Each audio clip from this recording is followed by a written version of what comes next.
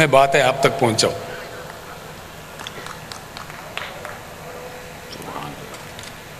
दुनिया में Cairo university के बाद इस्लाम को पढ़ाने में, सिखाने में, इस्लाम के उसूलों को बताने में दूसरा दर्जा पूरा दुनिया में किसी का है तो हमारे हैदराबाद के जामे निज़ामिया का है। साथ ही साथ अफसोस भी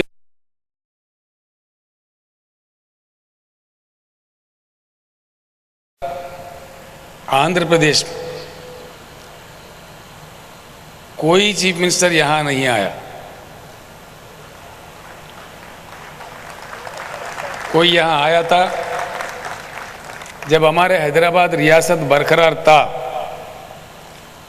हैदराबाद रियासत का पहले वजीर आला बोरुला रामकृष्ण राव यहीं से, इसी यूनिवर्सिटी से तालीम हासिल किया। हुजूर निज़ाम के बाद वो एक वजीर आला थे जो यहाँ आया और मेरे किस्मत में मुझे भी आने का आज मौका मिला।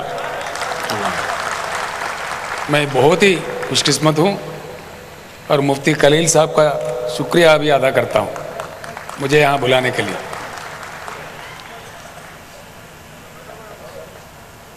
बहुत मुश्किल से हमें तेलंगाना रियासत हासिल हुआ, ये आप तमाम लोग जानते हैं। आज हम सबका फर्ज बनता है हर हालत में, हर शोबे में, सारे हिंदुस्तान में तेलंगाना एक आला रियासत बने। मैं दिलो जान से कोशिश कर रहा हूं तेलंगाना एक सुनहरा तेलंगाना बने। ये सुनहरा तेलंगाना जब भी बन सकता है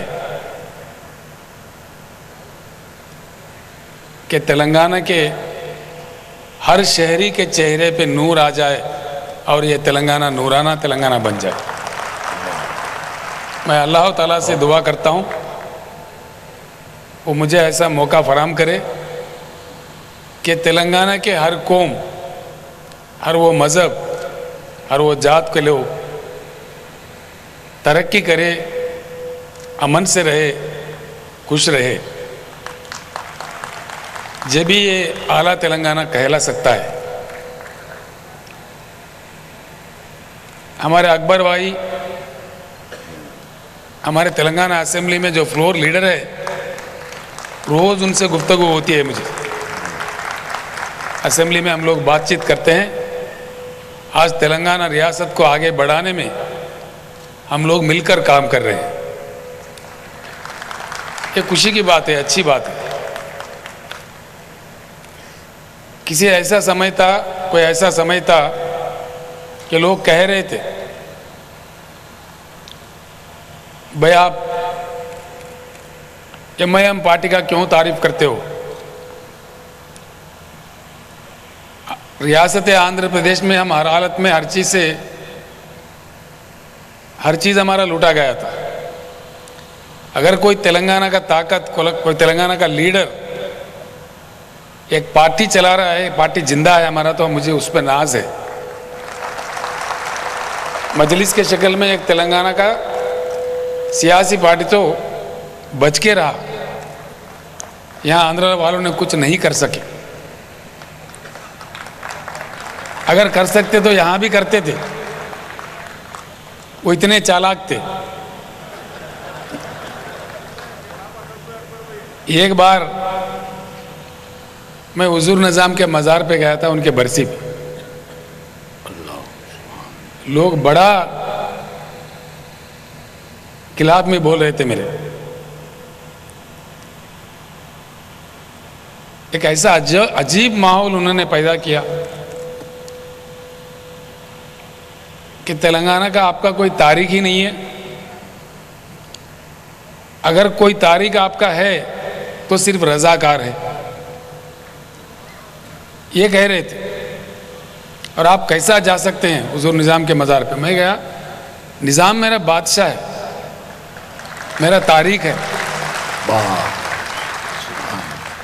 तारीख को तो कोई नहीं छुपा सकता। कुछ चीजों को छुपा सकते हो जरूर, लेकिन तारीख को नहीं छुपा सकते।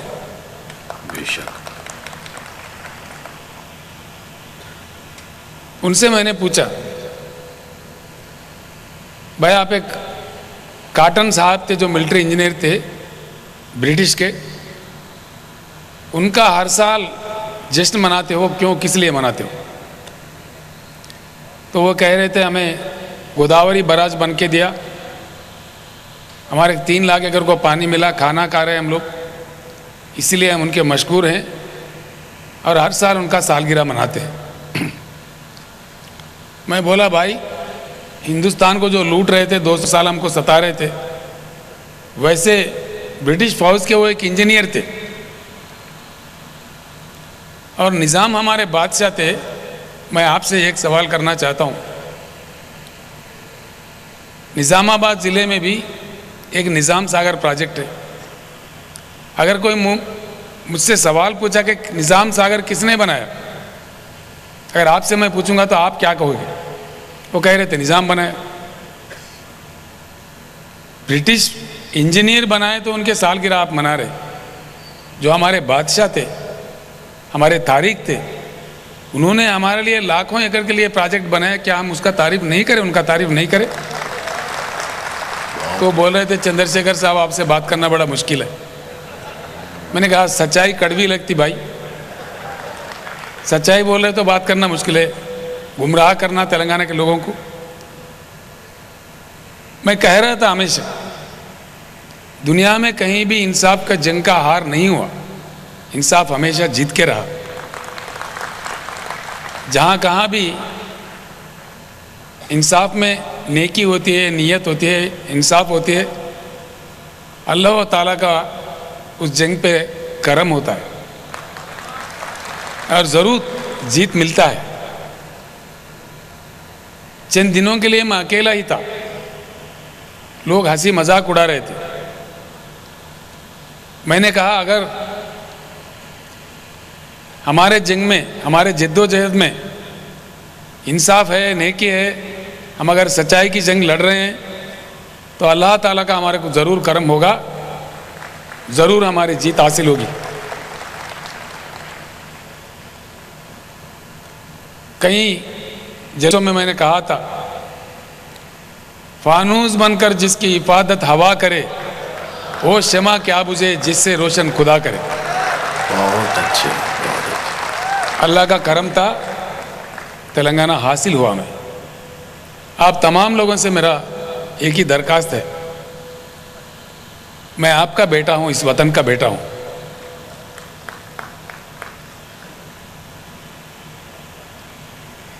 मुफ्ती साहब ने एक ही मुतालबा करता हूं, वज़ीर आला से बोले, हमारे पाशा कादरी साहब और हमारे दूसरे एमएलए बलाला साहब मेरे से पूछ रहे थे, इस जामे निज़ाम के मुफ्ती खलील साहब आपसे मिलना चाहते। मैंने उन लोगों को अपने घर पे बुला लिया।